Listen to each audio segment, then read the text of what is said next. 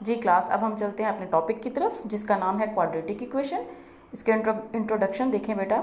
अब quadratic equation में सबसे पहले आपके जहन में आएगा कि ये किस तरह की इक्वेशन होती है।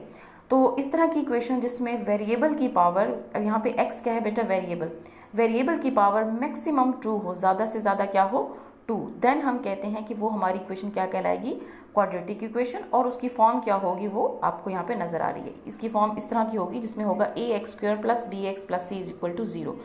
ये बेसिकली क्या है, आपकी क्वाड्रेटिक इक्वेशन है और इसमें अननोन वेरिएबल की पावर क्या है, मैक्सिमम 2, इससे ज़्यादा नहीं होगी।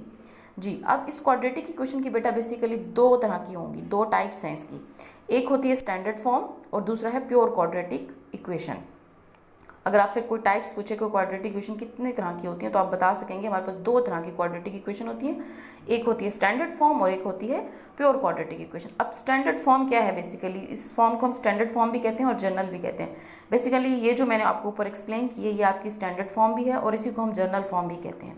तो ये तो मैंने एज इट इज़ लिख ली क्योंकि इसी ही चीज़ को हम स्टैंडर्ड फॉर्म या जनरल फॉर्म कहते हैं। इसमें फर्दर आपके पास नेक्स्ट वो कहते हैं कि a is not equal to 0 and a b c belongs to some real number. अब x क्या है यहाँ पे, ये तो हमारे वेरिएबल्स हैं। नेक्स्ट ये जो a b c हैं इसके बारे में वो कह रहा है कि ये हमारे क्या होंगे, कोई ना कोई रियल नंबर्स होंगे।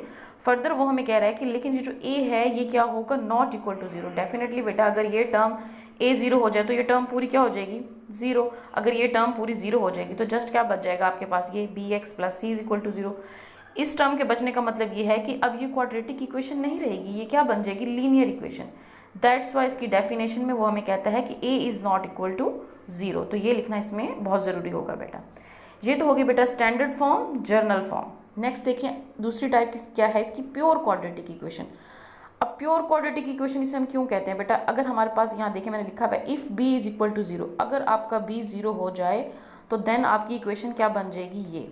अब देखिए ना इस वाली इक्वेशन में अगर मैंने b 0 पुट कर दिया तो ये वाली टर्म खत्म होगी, तो जो बच जाएगी वो क्या होगी, ये ax² + c बच जाएगा, उसको मैंने यहाँ पे लिख लिया। ये कब हुआ है, जब b इज इक्वल टू 0 होगा, तो ये क्या बन जाएगी, प्योर क्वाड्रेटिक। अब हम इसको प्योर क्वाड्रेटिक क्यों कह रहे हैं, डेफिनेटली सिर्फ प्योर क्वाड्रेटिक इसलिए कह रहे हैं कि यहाँ सिर्फ एक ही वेरिएबल ऐसा इन्वॉल्व है और जो कि x है और उसकी पावर क्या है, 2। और यही हमारा क्या था, क्वाड्रेटिक की बेसिकली कंडीशन यही थी कि x अननोन वेरिएबल की पावर क्या हो, मैक्सिमम 2 हो। और इसके अलावा हमें यहाँ पे कोई वेरिएबल नज़र नहीं आ रहा, इसमें a और जो c है वो बेसिकली कोई रियल नंबर है। तो इसलिए हम इसको प्योर क्वाड्रेटिक कह रहे हैं क्योंकि यहाँ पे हमारे पास सिर्फ एक ही x है, अननोन वेरिएबल है और उसकी पावर क्या है, 2।